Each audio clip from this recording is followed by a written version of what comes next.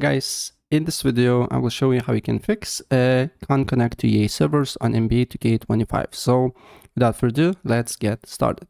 So the first step, what I suggest you to do here is to open up your browser, and then you just need to write MBA2K25 servers, right?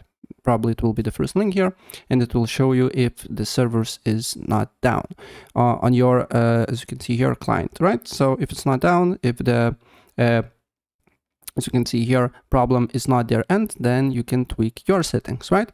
And if it's down, just wait, right? First of all, go to fast.com and then test your internet speed, right? If you're getting good internet speed, you're good to go. And if you don't, maybe restart your router or limit some devices, right? And then next up, what you need to do here, if you're on PC, open up CMD or command prompt as admin. Make sure to open up as admin.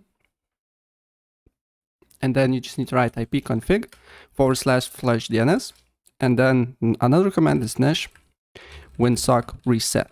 And after that, restart your computer, look if the problem persists. Next step, what you need to do here. On search, look for settings, go to network and internet, then look for advanced network settings and network reset, and reset your network. If you're using Wi-Fi, you need to put your Wi-Fi password again. If you're using Ethernet cable, don't worry, you don't need to do here nothing after restart. It should work normally. Right, next step, open up again network and internet, advanced network settings, select your internet, basically provider, then go to more adapter options, double click on Internet Protocol version 4, and then use the Google's DNS server. Select this, and then write on preferred DNS server 8.8.8.8, and on alternate DNS server, you need to write 8.8.4.4, apply the changes, and look if the problem persists or not. If the problem persists, then open up Steam, go to MBA2K25, properties, install files, and browse.